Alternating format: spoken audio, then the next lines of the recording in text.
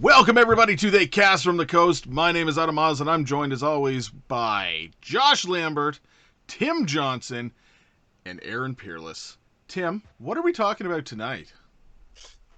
Kind of threw me up with your order there, but we are going to be talking about a 1980s classic, the sweet spot of horror for me, New Year's Evil. Stay tuned.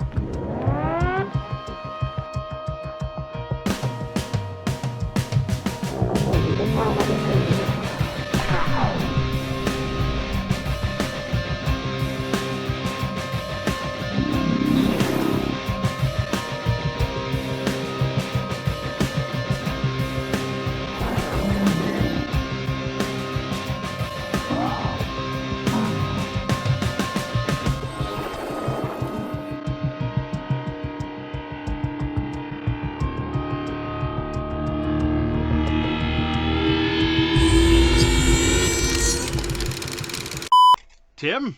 Yes. Give us the synopsis. Okay. During a New Year's Eve celebration, a Los Angeles disc jockey receives a phone call saying that when New Year strikes in each time zone, someone will be murdered. And she will be the last one. Bum, bum, bum.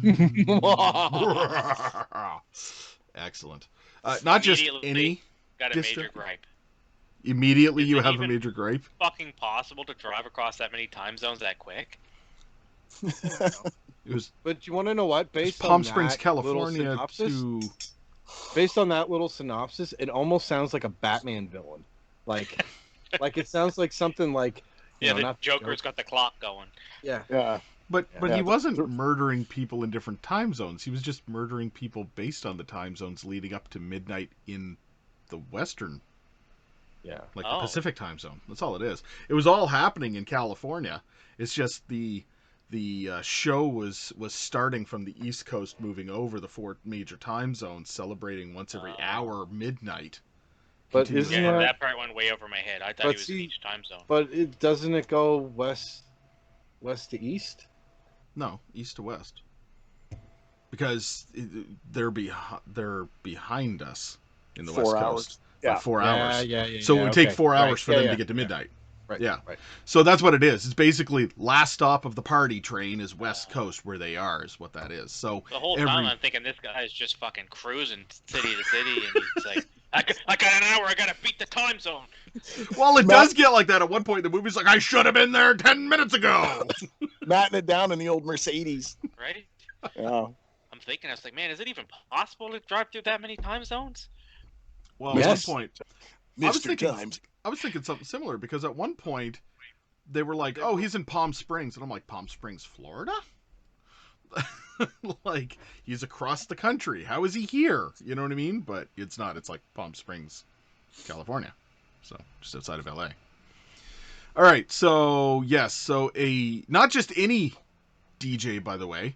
Apparently, as they call... What do they call her in the movie? They call her, like, the original woman of rock?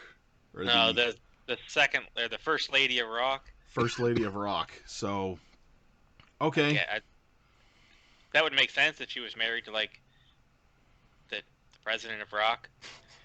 She's not. Oh man. Okay. It's a really weird term. It is use. weird. So this movie, when it opens, I got to tell you here all about the story. The first thing that kind of really struck me with this movie, it's a classic, like Tim said, from What that was sweet it? spot of horror. It's a Say it right. classic. Thank you. I've been saying it all day. I'm not gonna lie. I put my Christmas tree up, right? I put the Christmas tree up, and I was typing in classic Christmas songs, and every time classic. Classic, Tim. Yeah. But an absolute classic part of the '80s sweet spot of horror that Tim loves so much. This movie had its own fucking theme song right off the bat. Fuck yeah, it did. By some Oh, group yeah, called it The did. Shadow that appears in the movie. And they play the song nonstop in the movie, which is even funnier. But still, it had its own theme song right off the bat. Yeah, so obviously we get introduced to Diane. All right, the diva character, the first lady of rock as she's called. So she's doing her New Year's Eve party celebration with the Hotline Hollywood show. Hollywood Hotline, Hollywood, one of the two. It's around that. And yeah, so it's almost like one of those old call-in shows where everybody celebrates and they call in looking for like the best music to be played or top the charts of what the year is, and everybody's partying. So there's a whole group of people there. And yeah, so she starts getting the phone calls from the really, I'm still trying to figure out what the hell that is. It looked almost like a mouth harp. You remember those old things? Wow, wow, wow, wow. Fred Penner had one. Yeah, Fred Penner had one. Yeah, that's right. It looked like kind of like Canadian, guys. Yeah. We're Canadian. Fred Penner. Fred Penner. If you don't know who Fred Penner is, you're missing out. But basically, he was just like twanging his voice with the metal thing, I'm evil.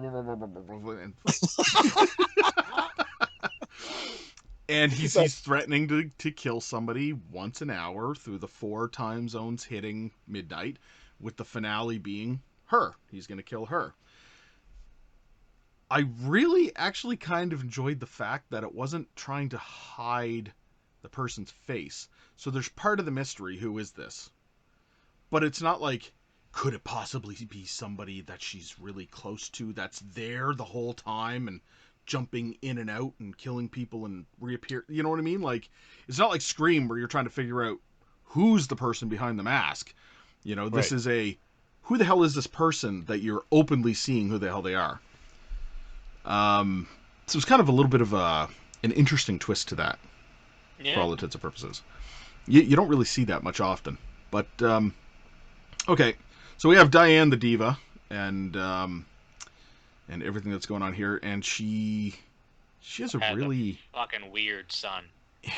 Yeah. Real fucking weird. So the first thing that came to mind when we get introduced to Derek, her son, I felt like there was like an Oedipus complex there. Like, the whole time, I felt like this son wanted to almost, like, fuck his own mother. It was weird, creepy vibes. Did anybody else get that? No. Yeah. Kind of, yeah. I did. Yeah. Like, I feel he needed attention, that she was ignoring him. I didn't think he wanted to bang her. Yeah. No, he comes in with the flowers. and they get the he has little... this fucking... Yeah, no, it was weird. It was weird. It's pretty weird. It's totally weird. Yeah. And he just turns out to be... Thank you, Josh. Now that he's thinking about it, he's like, that was weird.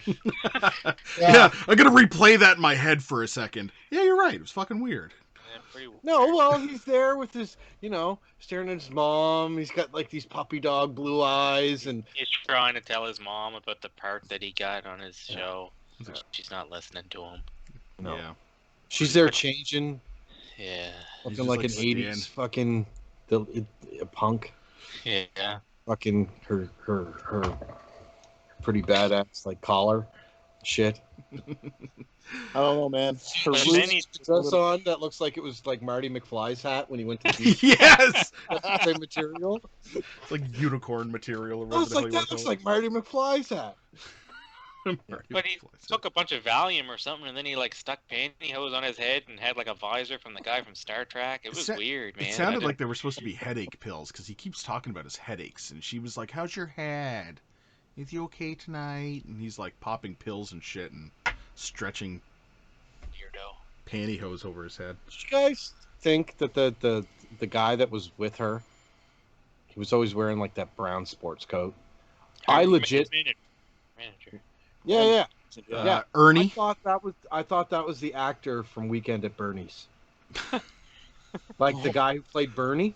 It's not. I checked. But for like most of the movie, I was like, it's fucking Bernie. From Weekend at Bernie's. It's Maybe this was Bernie. a big break. Maybe this role is what got him Bernie. No, it wasn't.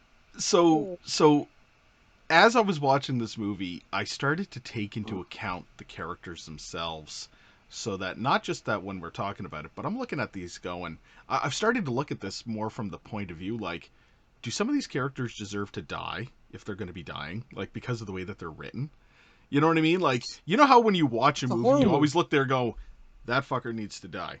Yeah. Right? Yeah. So I've started kind of looking at it like from that perspective. So just kind of going down the list here for a second. So Diane, obviously, no, doesn't deserve to die. She's the diva. She's the first lady of rock. She's the final girl type of character as it was going to somewhat be in this movie.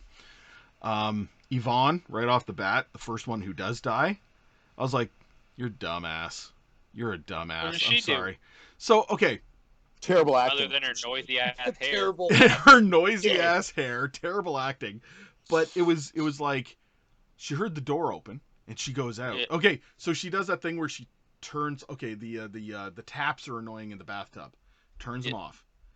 What's that noise? She goes out. The door's open. She looks around. She comes back in. The taps are on again. She doesn't go, fuck are the taps doing back on? I swear I just turned those off. No, she Well, you goes, never had a leaky tap before, Adam? no, but it That's wasn't what just they that. do, they It was, leak.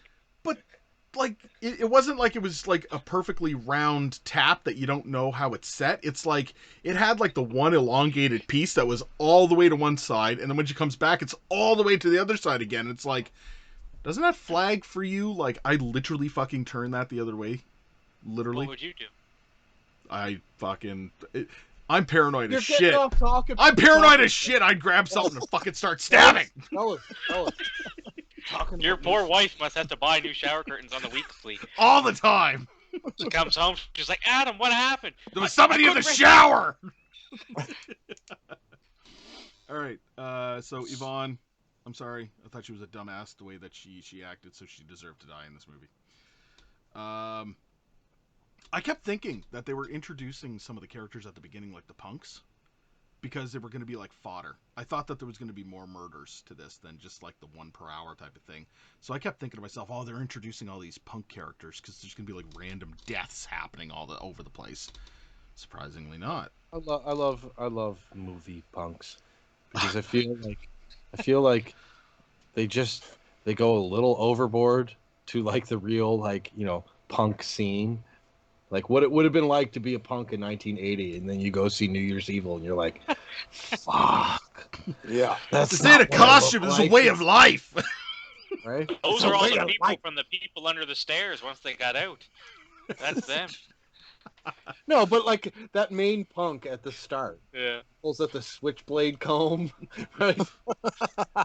What a power move. What a power move. Pulls out Or like switchblade. later on when it's showing like the punks on stage when it's like the concert and stuff, and they got like the real like drastic like cheekbones painted on their face. Yeah. Hmm. Yeah. And they got I like gotta- padlocks for necklaces and shit, you know?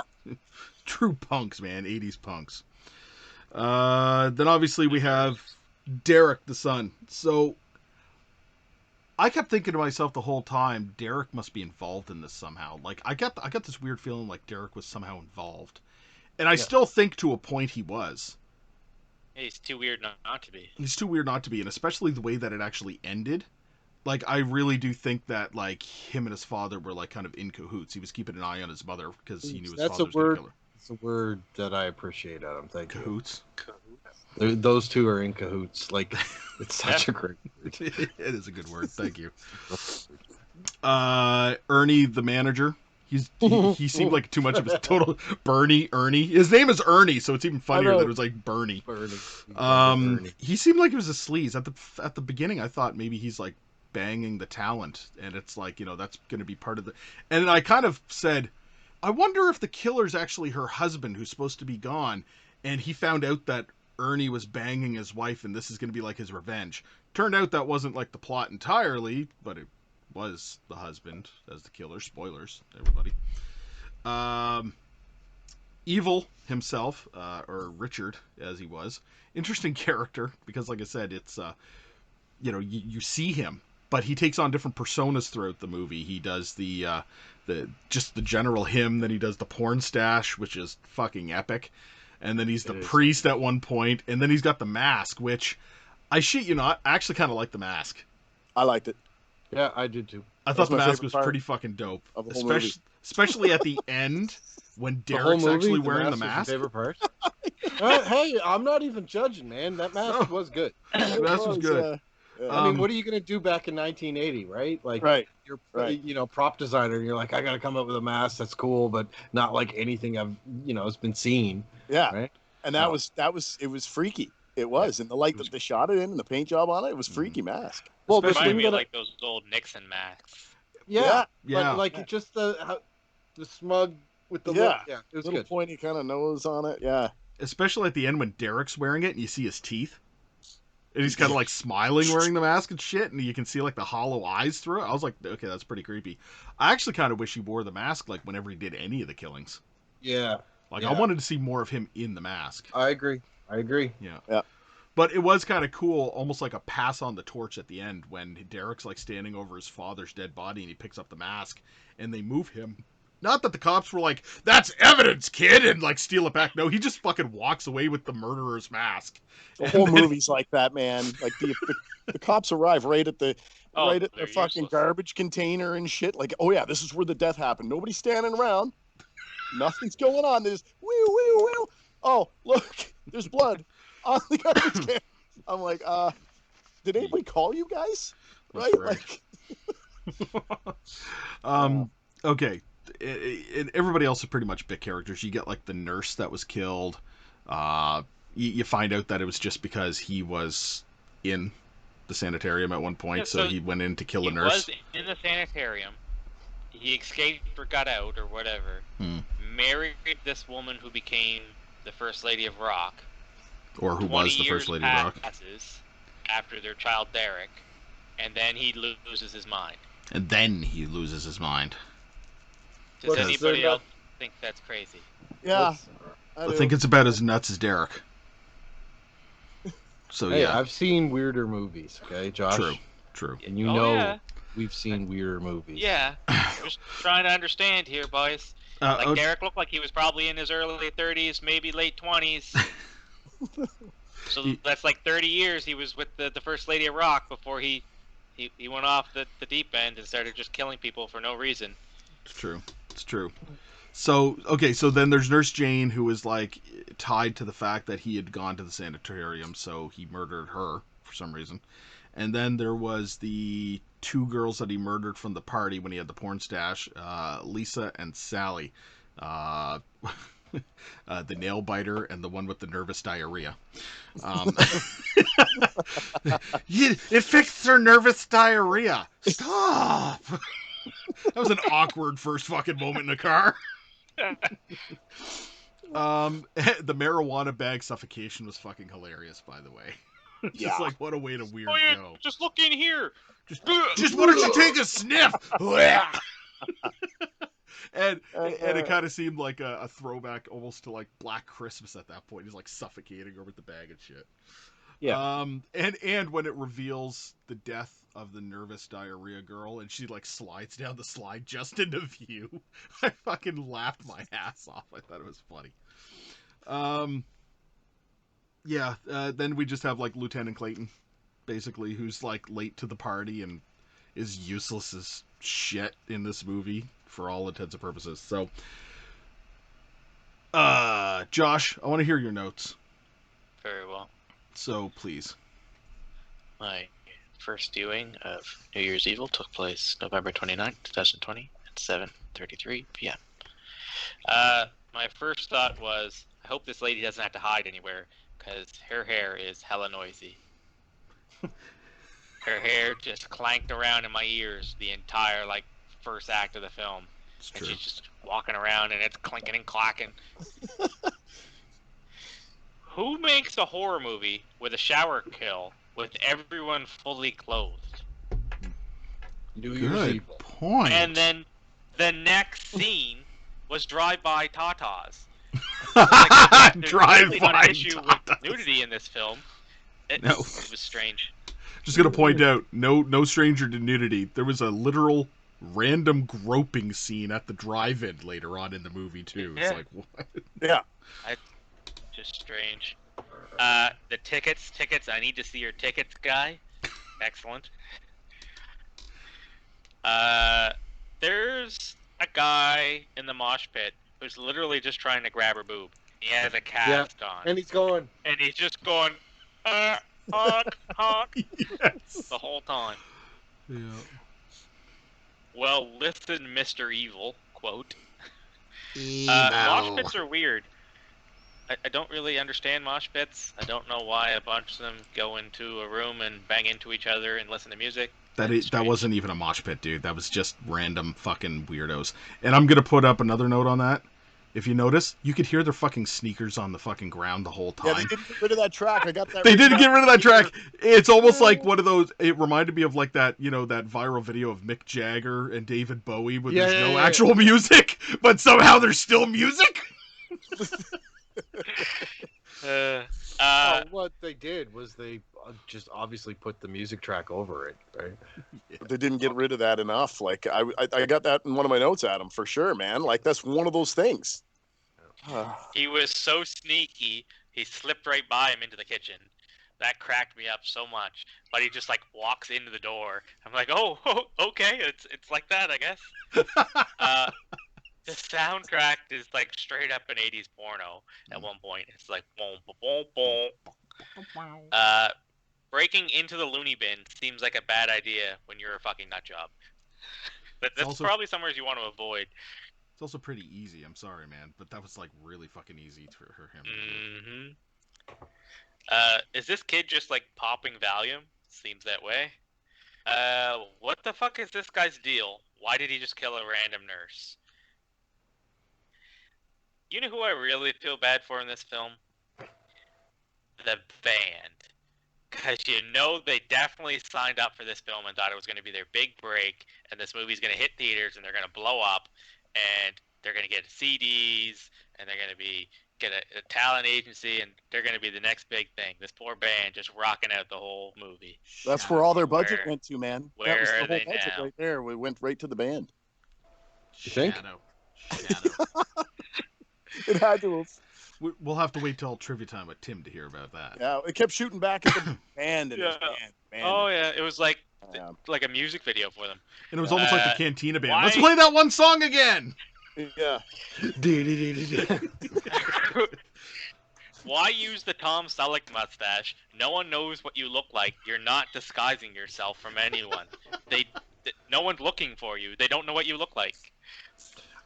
He's gone incognito. Yeah, he was gone into character.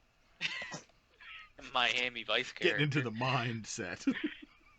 The lady from the bar's voice is like crazy annoying. Did anyone else think that? Yes. It was so bad. Yeah. Her new age. At least they got rid of her nervous diarrhea. Excellent. Excellent. Now I'm writing haikus. Excellent. You mean haikus? Yeah. The old plastic bag strangle. Horror classic. That was straight up classic. They straight up used the Friday. Did anyone else notice that? Yep, I did. They just like reverbed it a little bit, but it was like the entire like Friday the 13th signature noise. It did sound like that. That's crazy. Why does he always leave a shoe behind? And only one. Is this guy taking the other shoe? I wasn't expecting the guy hiding in the bin at all. That was a surprise. All right, right off the bat, that was actually fucking dope when he turns on the lighter and it's just him with the porn stash. It was almost like a Pennywise situation. Hello.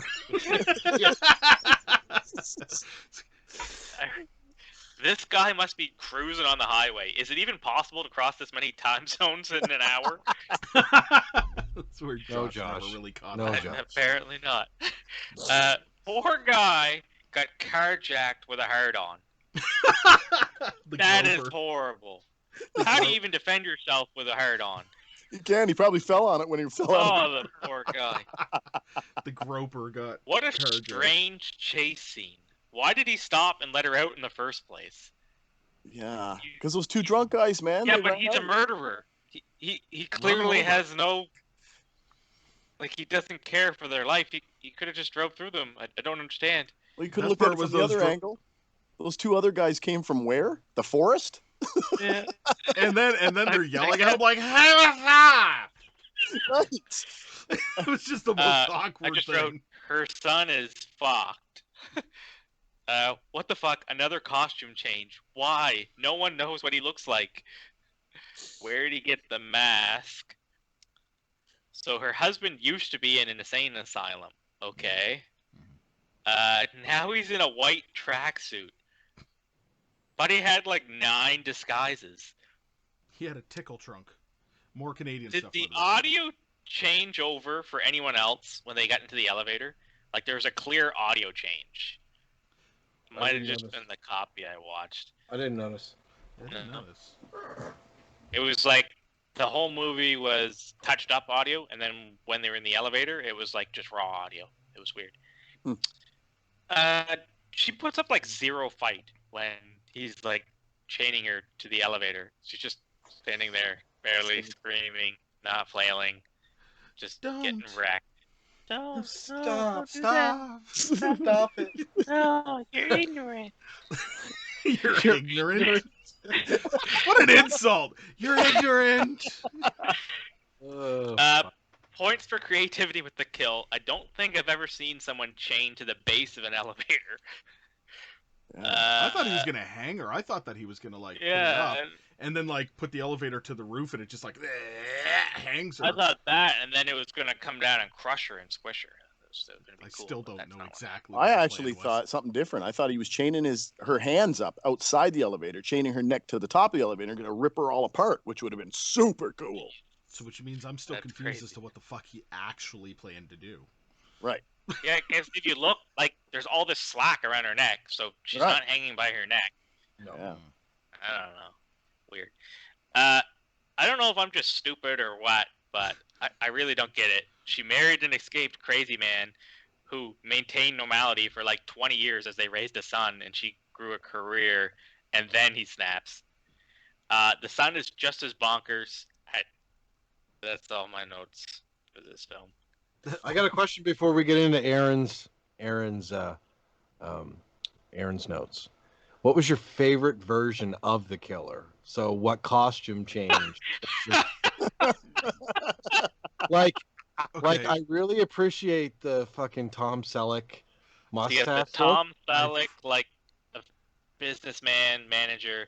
You get the priest. I like the white tracksuit. My favorite was the priest because when he was chasing the girl, Gropey, and he was chasing Gropey, and he's just running, and he's the priest, and the hair's going, and he's got a knife. Like I thought that was hilarious. It was pretty good. But my favorite was the mask with the tracksuit at the end. Even though once again I have a strong love for that porn stash that he had on because it was the most simple of his fucking changes. It was just like he goes from being like normal to now I'm incognito. It's like the shirt with the deep V open and the jacket. Yeah. Well, the best part is when he put the mustache on, I was like, is he gonna like sniff glue first? No, he's fucking gluing that fucking thing on so it ain't going anywhere. It was almost like Christmas Evil. He was gonna Oh man. Oh.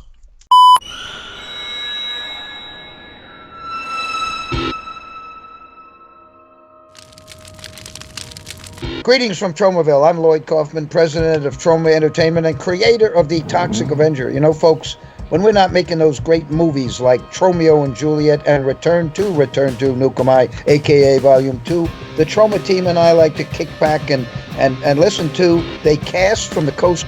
They Cast from the Coast is really the best entertainment, the best education, and the best emotional liberation that Lloyd Kaufman can possibly experience.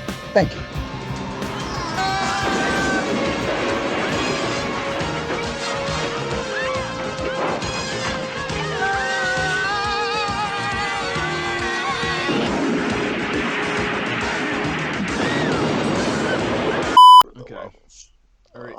Aaron. Oh, well. Tell us about the effects in this movie that seem to exist but don't seem to exist. Yeah, there's hardly anything in this. It's all indirect cutaway stuff for the most part. Lame.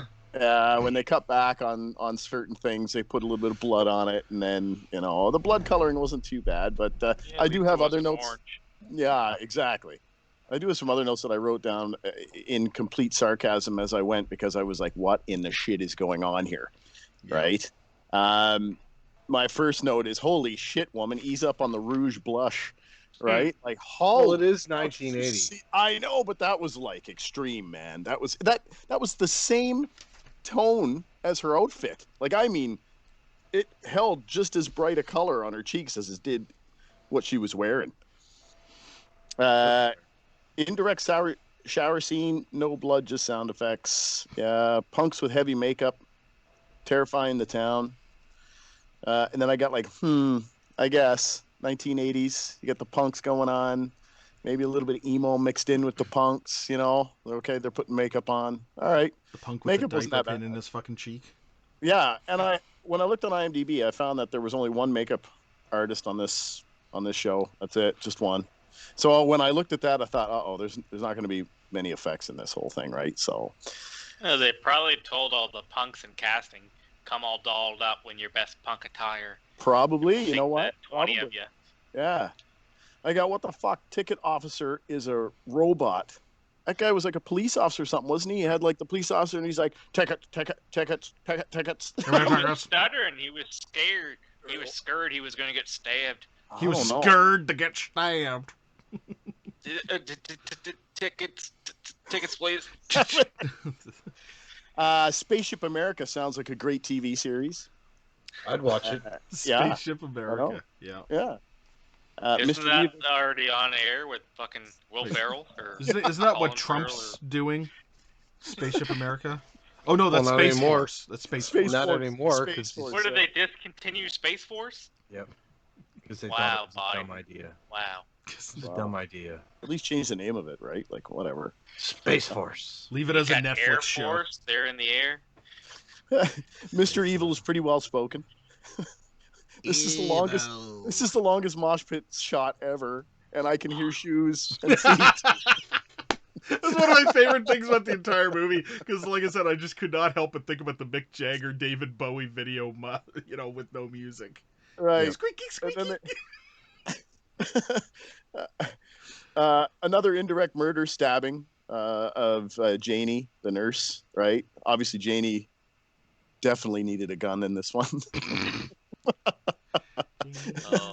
I know. Just as cheesy as the film, right? Cheesy closet effects. Throw some fake blood on, and bam, you got a great effect, right? I guess. A lot of the budget was used on music and shit. That's what I literally wrote down. I was like, it's just the music budget. That's all that's playing here. Nice stash. He puts the glue on the stash. Doesn't put any on his face, but the stash sticks, right? Sticks. Isn't that what you do, Aaron? No. You glue both. Well, you know what? I usually put it on here, and then I put a little bit. If it's netting, right? So you want to put some on here. You want to put a couple layers on a Pros 8 or Telesis 8 if you're using Telesis 8 or 5 or whatever. And then you let that dry, and then you place the stash on from the center out, get it nice and straight, right? Well, whatever you do, it looks... I was joking. I wasn't actually asking special effects. I was saying that your beard is fake. Yeah, it looks good. That's what I was saying. It looks good. Aaron went total special effects guy. Professional. I know, you professional. That's supposed to be my part here, so I'm trying. Yeah, this is fake, by the way. He's gonna go Christian Evil again. Did anybody catch the song that the band was playing at one point? There is called "Dumb Blondes." Yeah, Dumb Blondes. That was the name of the song. I was like, are they really singing about that? Like, holy shit! Colombian death bag scene was epic. Here's a very important Did you just part. call it a Colombian death bag? That's what he called it. It's a Colombian. It was some of the Colombians' best or whatever. He's like, have a sniff of this, right? Some of Colombians' best. So I called it the Colombian death bag. But he turns the recorder on. Okay? He's got his normal voice, turns the recorder on to record the death, and then he starts talking to her. Does that not give away his voice? Yeah. Like he didn't have the little twanger thing, right? Yeah. And then, of course, how the shit did the police? Crazy if that helps. Yeah, exactly. How did the police even know exactly where the dumpster was behind the building? There was nobody standing around. There's two dead bodies. When he called what's her name, the hostess. He said there's two more in a dumpster or something, didn't he? Yeah, he gave the road. Yeah. Oh, okay. And then the cops just pulled into the nearest donut shop and saw the dumpster and like, what the? Oh, it was funny because it just wheel right to the dumpster, got out, and they were like, "There's blood. What's going on here now?" Right, it's almost like Resident Evil. It's blood. Right.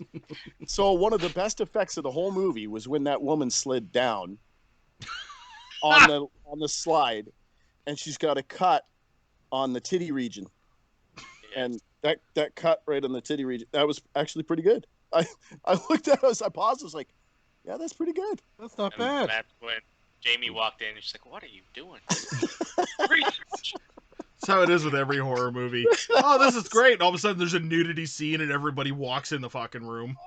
This is like I swear! Classic! I was trying to find stuff to write because that was the only effect in this whole thing pretty much. Besides pause and rewind, and rewind. Do you guys have any questions about that cut? In the titular region. In the titular region, yes. Titular. Blood Feast and Bloodbath sound like good movies. Probably better than this one. Yep. Love the creepy mask. That was the other thing that I really liked. So the mask and the titty cut was pretty good. I do agree with the mask on that. And then at the very end it went, ooh, what a twist! But I knew it all along that it was probably the husband. So yeah. Even Allison knew. Even Allison knew. We were watching it, and she's like, "I think it's the husband." But I think that the biggest twist of this movie wasn't the reveal that it was the husband. It almost gave it to you throughout the entire movie by just revealing him from the beginning. And you kind of almost put two and two together. I think the big twist to this movie was the fact that his fucking insane son kind of picks up the mantle. Yeah. That's kind of like the twist to this movie. That was the way that I thought about the twist, was like, okay, the son picked up.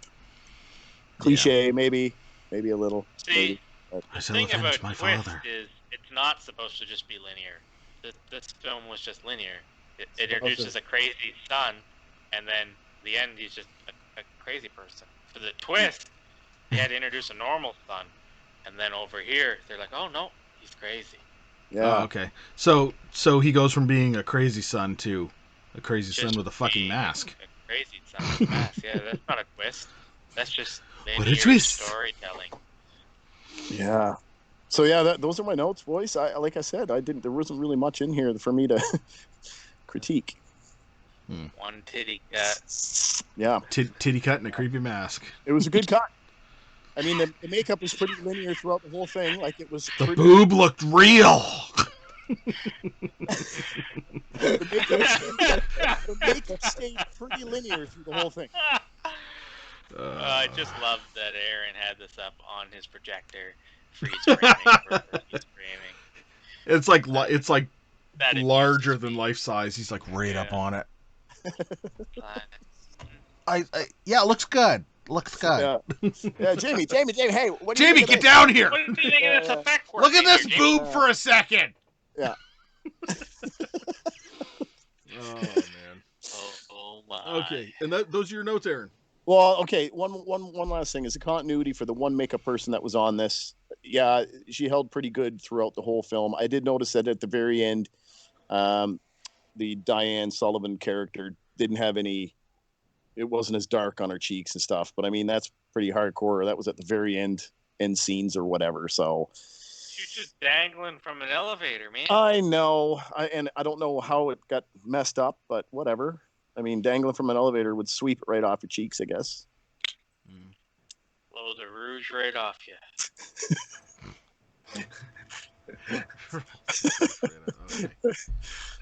Yeah. That's what they used to say about Tim down at the docks. I'm not even going there. Not even touching it. All right. Thank you, Aaron. But that only means, gentlemen, it's the moment that we've all been waiting for. Trivia time with Tim. Ooh, you switched it up a little bit, Adam. Yeah. Yeah. Switched it up. All right. I tried. This just for movie you. was released 5 days before New Year's Eve, 1981. Good timing. Yeah. The drive-in theater seems to show Herschel Gordon Lewis's Blood Feast from 1963, but it's not. The movie showing is actually La Dame Rosa Uside Set Volte, which was also distributed under the name Blood Feast, which caused some confusion. The TCM network once paired an airing of New Year's Evil with the film You Better Watch Out from 1980 for a holiday-themed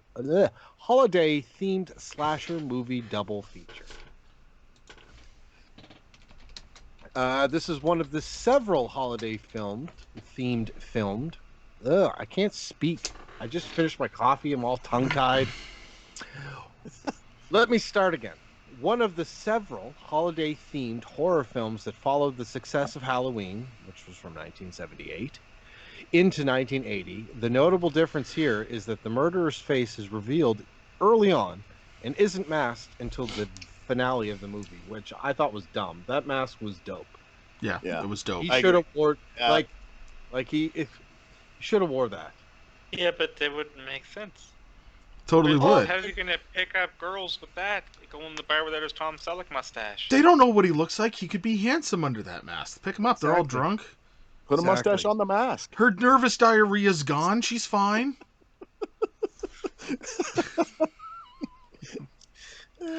During the first call that's made, the killer, as it is mentioned, that the voice modulator makes him sound like the Phantom. Hey, Aaron, Phantom.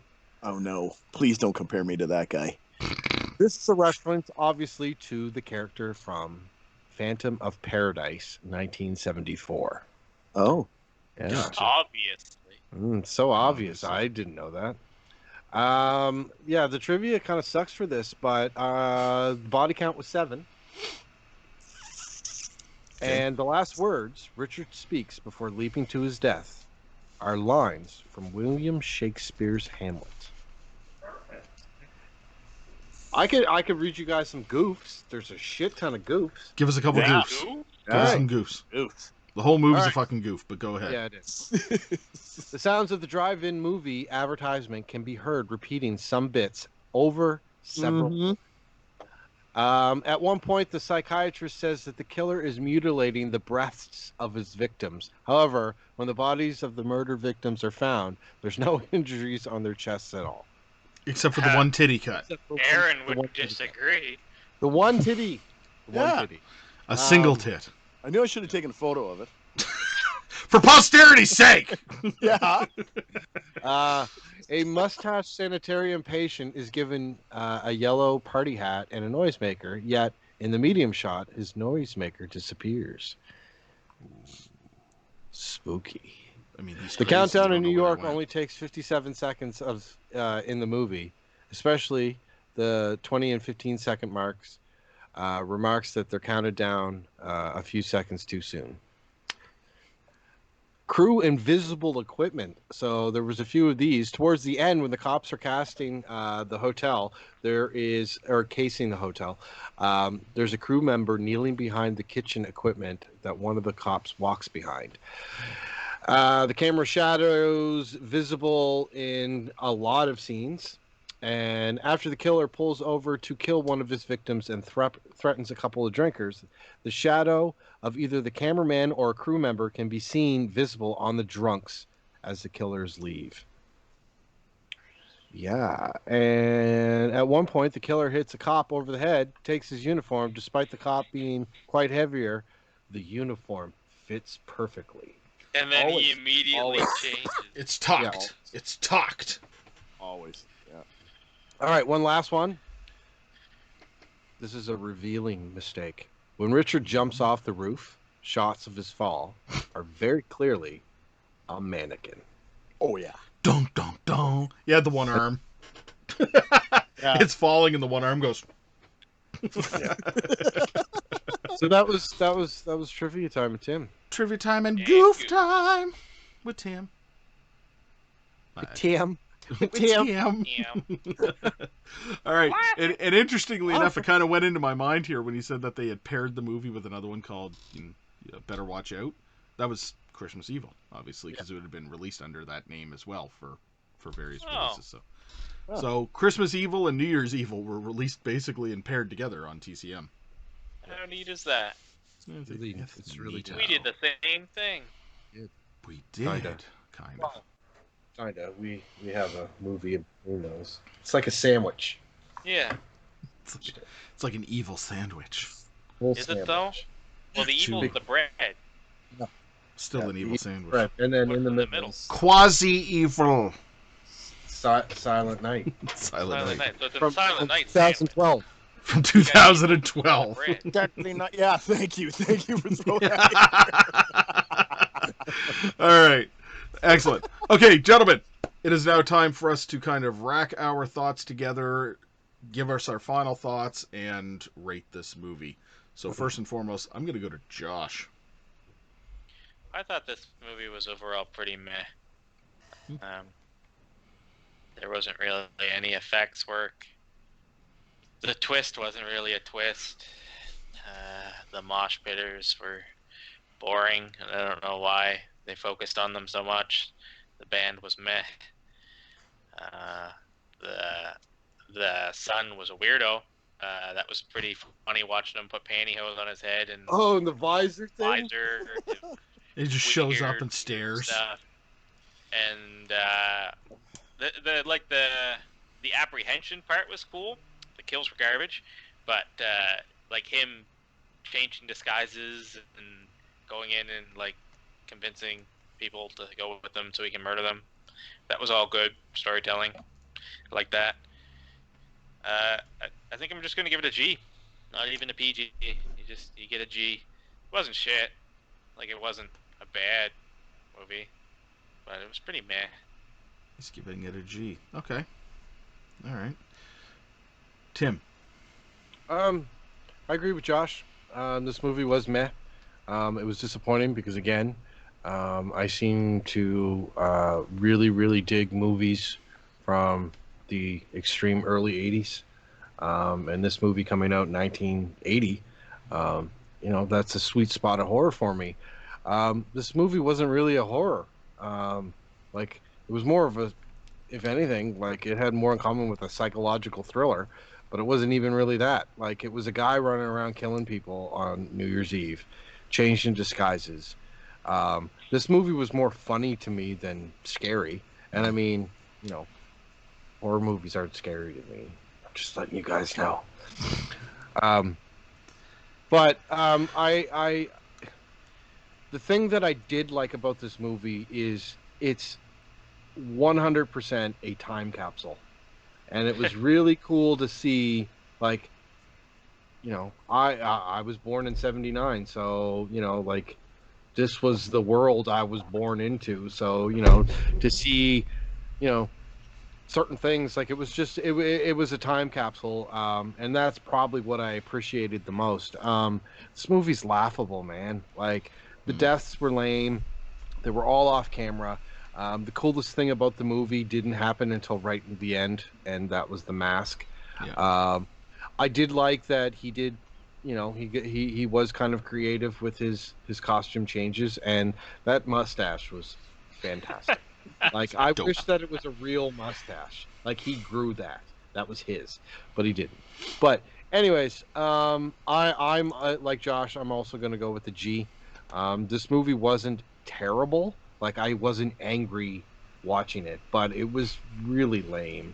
And, I even pictured, like, watching that back in 1980. Like, this movie was lame. Like, it was lame. It wasn't anything really exciting to it or anything like that. But like I said, if they would have made slight changes, like, he would have fucking worn that mask. If they would have got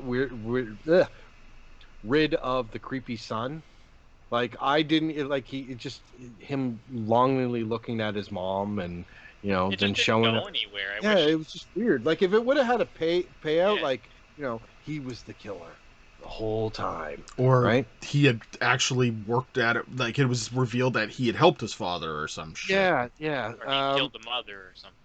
Yeah, this is an absolutely passable slasher movie that was obviously trying to cash into Halloween and other holiday horror things. But I mean, it is what it is. I'll never watch it again. I'm glad I watched it. Kind of very similar to Christmas Evil. Like I'm glad I watched it, but yeah, this is just gonna get G for me. All right, cool. Aaron. I'm at a loss for words on this again. Where to start? I'm beginning to get like a complex with movies that end in the word evil. I think. I know, like oh no, because Evil Dead starts with evil. So yeah, no. If it starts with start evil, I'm with okay. good. But if it ends with evil, it's Yeah. like okay, they had to come up with some sort of name for this debauchery, and they're just going to stick evil on the end, and it's going to be a horror flick. It's not a horror flick. It's New not. Year's Evil, like it works. I know it The name does. works. It had its own theme song. I know. You guys know me. I like to see like a bunch of effects and things and stuff like that. And I thought this leaned towards being more of a thriller myself, if you can call it a thriller, because I wasn't really thrilled. No, there was no. I wasn't. It's about as thrilling Right. as Thrills gum. Tastes like soup. There was no. I like Thrills gum. What? Yeah, I do. It's tasty. What? People actually eat that stuff? I thought it was just like a joke. My son and Play Aaron, a they joke share it on all your the time. friend. It's weird. Oh man. You're like, oh, you got any gum? Oh boy, howdy do I. Here, have a piece. Have some You're like, soap. "Ah, gotcha. Yeah, if we're basing it on like being a horror film, it's definitely not a horror film. I agree with you, Tim. I agree with some points that you make, Josh, because you always have some really good points. Same with you, Adam. You all do. But I'm having a hard time getting behind this. The whole time I was sitting on the couch watching this, I was basically laughing and cringing at some of the sound effects, some of the effects. Although I will say, if I have to say a positive note, that mustache was awesome. No, I'm kidding.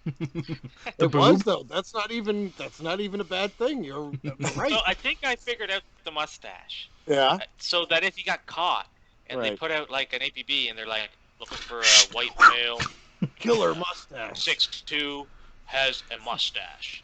And he then rips off the they mustache find him as and he he's doesn't have a running. mustache. Like, oh, Yeah. sorry, sir. Yeah. Yeah, I it's one of thought those things. He's running, he takes off the mustache, sticks it to the wall, Right. and you see the cop with the flashlight go, "Damn! Now we don't know what he looks like," as he's like staring at the mustache on the wall. It's like Clark Kent in his fucking glasses, I guess. Yeah.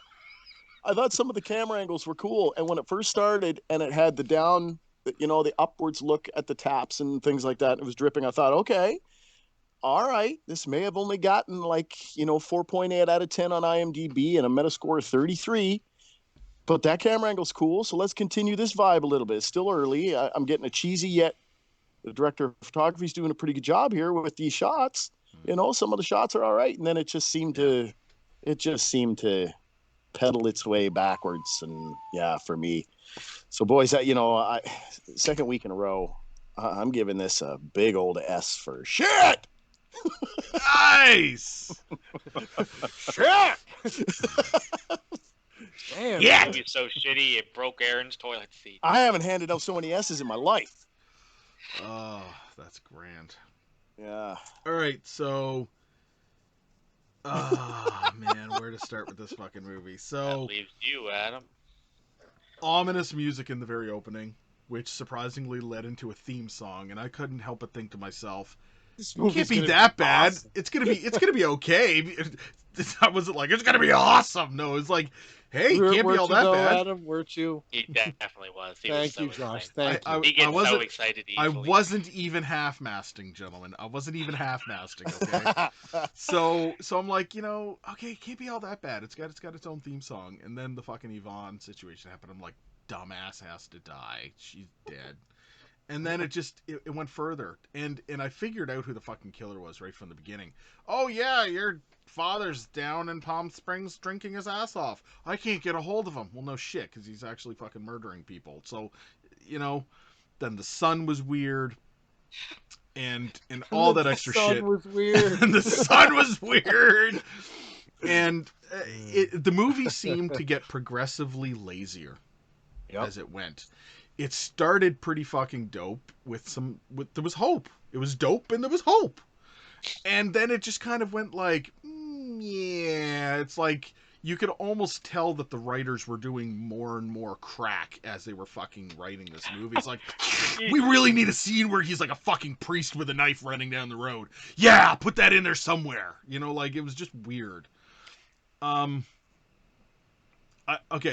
let me just try to say positives here for a minute.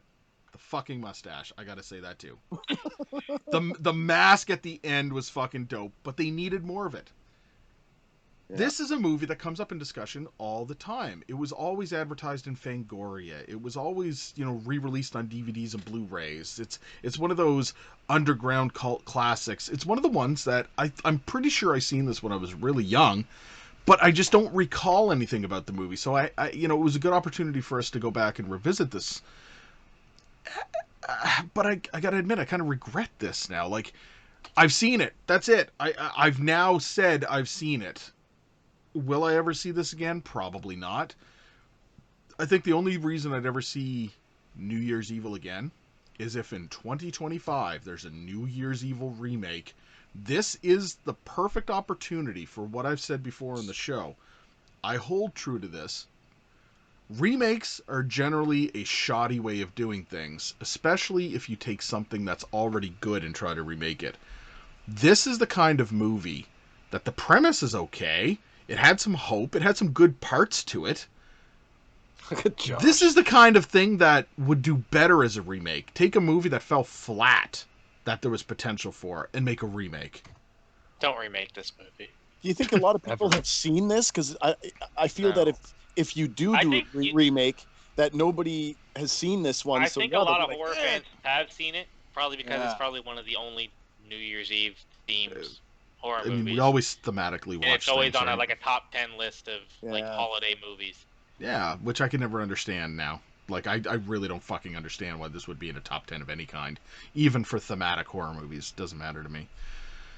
I believe that if we had something with like a dope variation of that mask and the guy ran around in the fucking mask the whole time and we didn't know who the killer was and there was a twist to it and it we might have something. Pretty good series, pretty successful. Yeah, exactly. I think we'd have something pretty cool on our hands. But as for this movie, I am sorely disappointed in it. And I don't even think having the fucking porn stash, the cringy dialogue, which can sometimes be fun, or the mask can really truly save this movie for me. Unfortunately, gentlemen, this movie is really rated S for shit. I knew you were gonna go. Hey! I knew that something, and this might be the saving grace, a tiny little smidgen, maybe 1/32.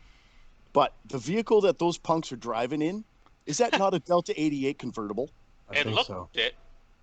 I just brought up a picture of what a Delta 88 convertible looks like, and it looked exactly. Yeah, I noticed the front grill was very similar. There we go. There we go. It looked evil like in the name. I don't know evil the Delta car. 88, but it was definitely an Oldsmobile. It sure looked like it. I was like, it had the Oldsmobile symbol on it. I believe it did. Yeah. So I caught that. I was like, okay, all right. Nice. Oh well. Tim knew where I was going with that. I didn't surprise Tim at all rating this movie for shit. He's very unimpressed with me right now. I can tell. Oh, I'm always impressed with you, friend. Oh, thank you, Tim. Thank you. All right, gentlemen, this has been a great discussion tonight. I think we've, I will say this. There's one thing that I'm going to say positive about this movie again before we go. Shit movies, or good movies, as Tim and Josh are putting it, do make for good conversation. You can't go wrong with that. We've seen it. We had a good conversation. So there's a positive ending to all of this anyway. So, but that being said, thank you very much, everybody, for joining us tonight on They Cast from the Coast. Check us out on Facebook. Misunderstood Art Company is what we produce under. We produce new content every week. We also produce on the YouTube channel for the Misunderstood Art Company. We also produce audio copies of all of our episodes every week as they're released video format. Huh? All of them? All of them. Just all of them. Just all of them. We produce audio copies on all the major podcasting platforms, including but not limited to Google Play, iTunes, Spotify, and Amazon Music. We're also on Patreon. Open up your hearts and your wallets, especially this time of year, you know. It's the holidays. Even though it's time New of Year's giving. now. It's the time of giving, so give. There you go. And until next time, Josh. Do you guys know what the best part of this movie is? No. It cured my nervous diarrhea. Are you writing haikus now, or Haikus now? Haikus. He's writing haikus. Aaron. See this? Right here? See this, Fake. Tim? Fake. It's real right here. Ouch! This is real right here. That's all I have to say. I don't have much to say. You did that. That's enough. That's enough. Damn. Right. See this, Aaron? Let's take it off. Gotcha! Gotcha! My clever ruse. Yeah. Oh, I'm supposed to say goodbye. Stay safe. Stay spooky. Happy New Year's. Hopefully 2021 is better than this shit year. Let's hope. 2021 for the win, everybody. Thank you very much again, everybody. See you next time. Good night.